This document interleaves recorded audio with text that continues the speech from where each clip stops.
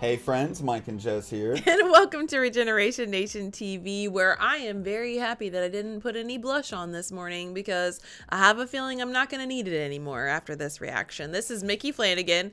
Micky talks about sex. I'm proud of you for getting that sentence out. I really am. You can see it already. Oh, God. You look so prim and proper in your outfit today. I feel like it was an ironic outfit for me today. A little bit of irony. Yep, when I saw this come across, I was like, oh boy, Jess will love this. I'm already flushed. I really can feel it in my cheeks right now. I can't even believe it. I just reading it. The temperature just rose a few degrees. We've got links for this video and Micky's channel down below. Go support him. And yeah, let's get into this. This will be fun. That's all we can do. 9 minutes of uncomfortableness for Jess incoming. I'm going to talk about sex for a little while. Strap in. Isn't it funny now? Sex, everyone's fucking gone sex mad, haven't they? Every someone, are you having the best sex? Are you having the longest sex? You having the fucking hardest sex? Woo! I blame pornography. Consumption of pornography. It's got out of hand. You couldn't get it in the 70s. You couldn't get it. It was illegal. Men had to go to a dirty cinema, didn't they? They got a Mac and cut the pockets out of it. And they used to take a pair of trousers that they cut the top bit off and just tied it above their knees. I know you're thinking he knows a lot about this, doesn't he? But no. They were called the Dirty Mac Brigade, and they'd go in the cinema, right, and put their hands in their pockets. They'd see like a manual 2 or something, have a proper polish.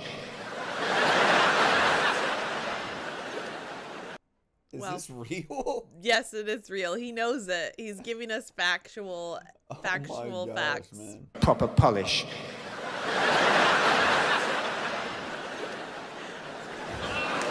That's what men did.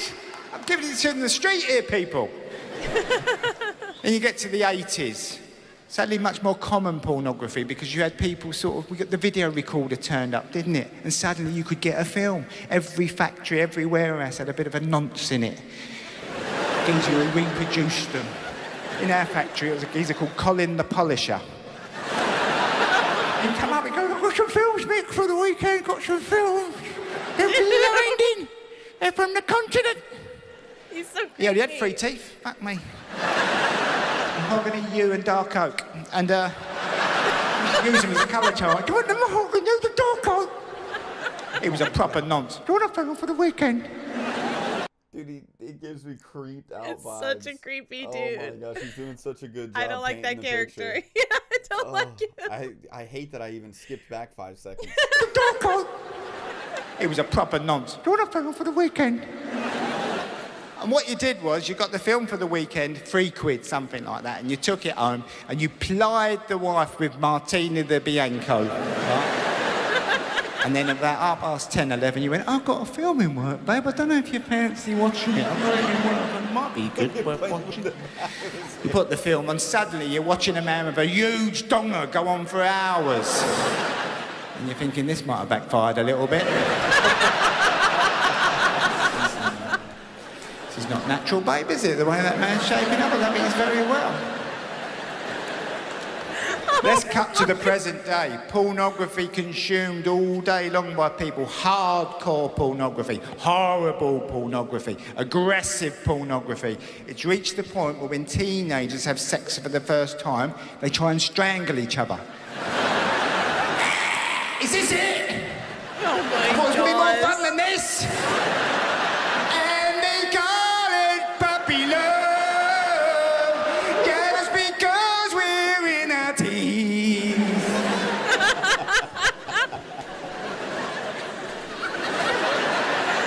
Teenage pregnancy is nothing new, is it? You know, it's been in the news. Oh no. Okay, so this is a compilation of multiple shows. Oh no. Should we get real for a second? Yeah, we should. We should get, yes, it's already out there. We can't take it back. So, we were actually just having a conversation this morning. We were. Jess overheard our sons, who may be listening, saying Haktua to each other. No. She's like, where did you hear this? Where did you hear this? One of them walks away, doesn't want to talk about it. Yes. Because that means he's guilty. I already know. It's just when he walks away and doesn't want to be involved in the conversation, he doesn't want to admit to his wrongdoing. So, yep. 13, 14 years old, already knowing what this new, I don't know if you're familiar, of the hawk to a girl. But, yeah. Gosh. She's famous now. And they've heard of her. Which is, I don't know what the word is, demoralizing for me. Yeah. It's a little deflating. Yeah. It's like, oh, why? Because, okay, I'm gonna get real here. I've got something I want to say after. And I don't usually do this because I don't ever want to feel like I'm swaying or preaching to somebody, but we've lost traditional values. And I'm not saying men should be this and women should be this. I'm just saying that sex is so much more normalized, and it's like you're free to talk about it, and even young children who don't understand it are getting stuff pushed in their face because nobody's regulating this stuff. There's not a lot of people more people are normalizing, like, we should talk about sex and we should be able to put this out there. And it's like, I have a different view than you on that, but it's just out there. I'm just saying the parents should be more in control of what their kids are watching. Absolutely. But I'm just saying it's more like able to be watched, able to be like easily because of technology. And yeah, I think there's a separation. There needs to be a separation between pornography. Yeah. And then talking about sex. Yeah, with people who you should be talking about it with. Yes. I think that like sex education should be a thing. Yes. And I think that you need to be educated around the subject, but by the right people. There's a line of like consuming hardcore, you know, P word. Yeah. I don't want this video to get demonetized. Yeah, please, no. But I think there is a difference to where that can be very detrimental for young kids to be ingesting that. Yeah. And it is very, very, like, even as a kid, like, it was around, it was prevalent when I was a kid, growing up in the 90s.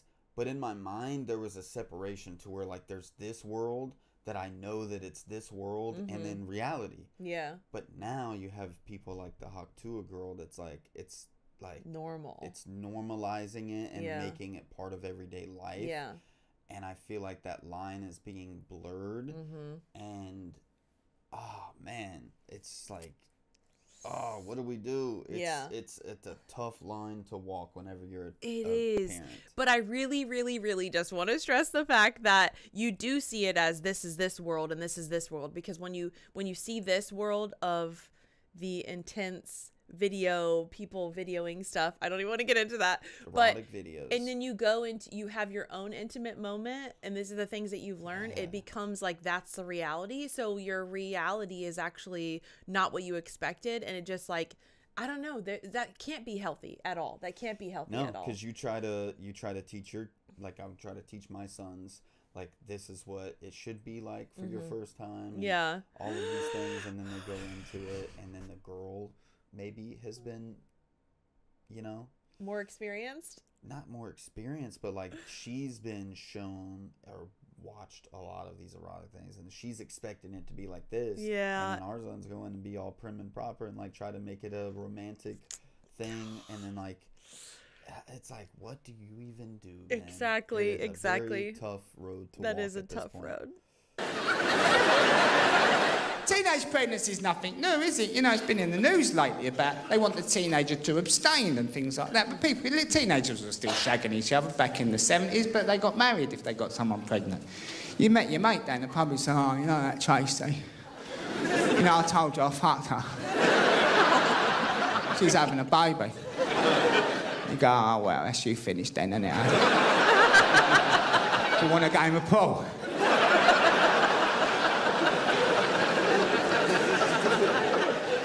Lives in the balance. I like nudity indoors. I don't like public nudity. I've tried it. Me and my wife went on a little Greek holiday once, and she talked me into going to the bleeding nudist beach. Now, there's a problem if you're a male from the UK. You've been covering your penis up for legal reasons all of your adult life. And suddenly, you're just walking about in front of people. And the penis is not having it. It goes, what the fuck are you doing? What are you doing? You're going to get us nicked. And it hides in the pubes.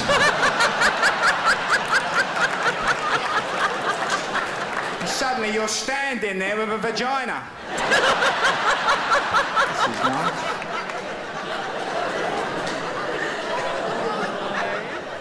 Because you can't do what you do after five-a-side or swimming, when most men give it a little tug and liven it up a little bit. You just have to use the powers of concentration to get it somewhere between flaccid and lob-on, somewhere right in the middle. I'm laying there on the sunbed, I'm in bits. I'm trying to maintain some sort of dignity. I looked at my wife, I said, this is the worst day of my life. I need a drink. I said, I'm going to that bar at the back. Do you think you have to put your clothes on? She said, don't be stupid, it's a nudist beach. I went bowling into the bar. You do have to put your clothes on.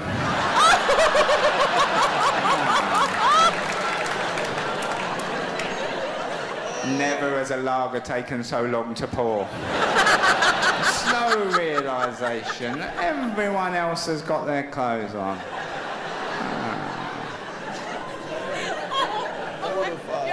Gracias.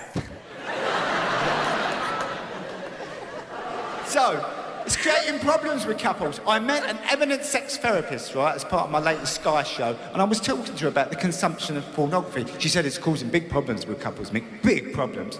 She said we're having a major issue with pegging, right? Pegging, right, for those who don't know, is when the female of the species, who is more deadly than the male, right, she puts on a strap-on dildo and she penetrates the man anally. Not annually, that's a completely different thing, right? So the women are seeing it and thinking, I fancy a bit of that. No. But there's a lot of men who don't want to be pegged. No. It's creating tension amongst couples, right?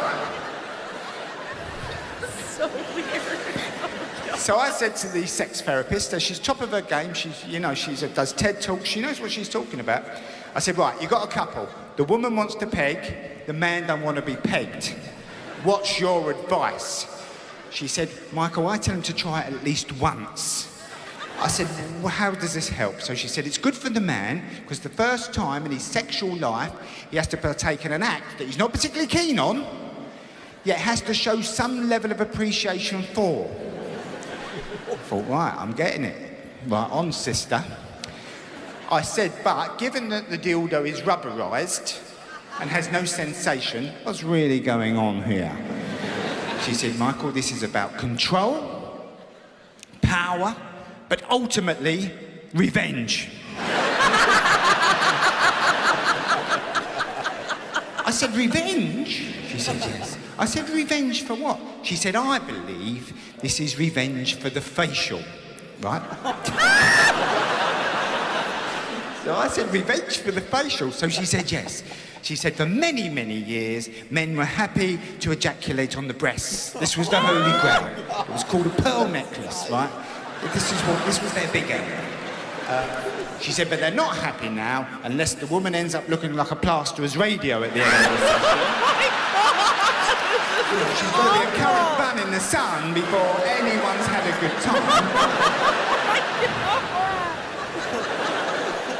And women are sick of it. What I'm trying to say, lads, is if at some point in the not too distant future you catch yourself over the kitchen table, farting on a dishcloth, while she tears into you, you sort of brought it on yourself, ain't you, really? He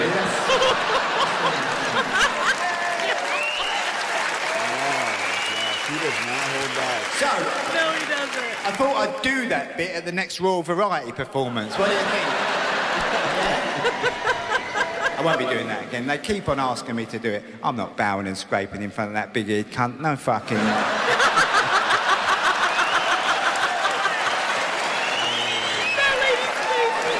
Here's a counter-voiced royal family. Fuck off the lot of you. Get a job. Were you out or were you out? I'm starting to recognize these venues. Not bowing and scraping. Does this not look at this like the same place that we just watched Pink Floyd perform? You recognize that more than I do. I'm surprised I don't recognize that, but no, yeah, I don't. I wonder. I'm very curious because it looks like the same exact place. Yeah. Anyways, wow. I'm just trying to unmortify you a little bit. Just talk about the venue. Let's talk about the venue a little bit longer, please. Wow, looks familiar, right? Completely You're negate right, all babe. of the Let's not talk about this. Okay, I'm going to make one comment and one comment only on how I feel about this subject, okay? It is a back door, okay? Things come out of it, and that's it. That's it. I agree. That's all. We can high five on this one. That's all, okay? That's all I'm going to say. You went a little British there. I'm not going to say anything else about it.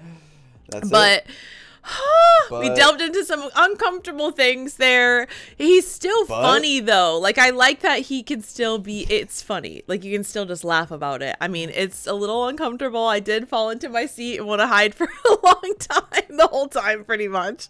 But yeah, the world is so much more progressive than I am. I don't want to be opened up to these doors, but sometimes it happens without me realizing it. But yeah, that's it. I'm speechless. I want to hear everything you got to say. I really do. It's very, the topic of sex and Jess is very interesting, even for me. Being married to her for 17 years. The topic of sex is behind closed doors with your loved one. That's how it should be, and that's how it should stay. And I'm not going to cross over that line and disagree with myself. That's going to be where I stand. And draw my line in the sand. That's it. That's it. Behind closed doors, where it should be. It shouldn't be on film. It shouldn't be out there for the world to see. It should be for your mate, your loved one, your partner, for life. I agree. As somebody who openly, I will admit right now, has struggled with erotic films. Okay, it's something I was introduced to very young, and going down that rabbit hole, it definitely affects your relationships. Yeah, you know what I mean. And realizing that was a big realization for me. Like, I grew up with very low self-esteem. I never thought I'd meet somebody like Jess, especially when I did, and I had the wrong idea of what it was supposed to look like. Yeah. And not to the extent that he goes on in this video, but still, it paints a picture that's not reality. And I don't think that there's anything wrong with talking about it with your children at whatever age you deem necessary. But the conversation should be had. As you come into puberty and everything, I think the conversation needs to be had at that time. That's my thoughts on it. And as they start dating for their first times, and especially when they start getting in a serious relationship, it needs to be a continued conversation, not just a one-off. Yeah. Don't say things that are puns, please. You said that's all I'm going to say about it, but you said the word "but" right after talking about that, so I'm just saying you did it first. But I don't think there's anything wrong about joking about it either. I don't think that it should be talked about like in the classroom. There's a time and a place. Yeah. So like if you're in a sex ed classroom, yes. But like if your math teacher starts talking about it randomly, it's like, what is going on? No, here? That's not the place. Not at all. I feel like there's a time and a place for it, and in today's age, it seems like the time and the place is everywhere. The lines are blurred. Yeah. So like crazy. Going back to the Hawk to It girl, it's like you are making these lines so blurred that it's giving our youth the wrong impression, and they are going to enter into their first relationship ever with these lines being so blurred that it's like, oh man. Yeah. It's scary. It's scary, and it makes our jobs as parents harder. Yeah, it does. Don't appreciate it. No, don't. One bit. But I do appreciate the comedy and the getting a little bit of comedy is the right time and place. Yeah. You know what I mean? That's the perfect time and place. Comedy, bits like this, perfect time. Even though I'm sinking down into my chair, it's still, I don't know, you just get a little bit of a release because it's just, you don't have to worry about it for a second. But. I mean, we grow up, and it's like none of our teachers talk about it. None of the people, if you go to church, talk about it. It's like a lot of people pretend like it doesn't even exist. Yeah. Which then also can give you the wrong idea growing up, to where, I don't want to get too real and talk about things, but like. Oh, we're there, honey. Yeah, we're there. Early on in our marriage, I feel like you wanted to pretend like it didn't even exist. Yeah. You know what I mean? That's how I grew up. Is like, you don't talk about it. You don't talk about it. It's not appropriate. But now that I'm more grown, I'm okay with talking about it because it is a natural thing of life. I'm not going to pretend like it doesn't exist and pretend like these things aren't out there and that I have 3 children. Okay, people, it's out there. But like before, I would never even say that line. Like before, when we first got married, I would never talk about that. Pretend like they just showed up. Yep. I don't know. I don't know. Immaculate conception. That's just what happened. He just looked at me. That's it. That's all we did. But yeah, time and a place. Definitely. Wow, this was interesting one, we went from serious we went from comedy to serious, but we're just being real here, guys. That's what we gotta do. We're gonna be real, okay? Yep. Keeping it real. We're ending it here before we say anything else. Okay. Bye, Thanks friends. for watching. Peace. I'm not scared of you.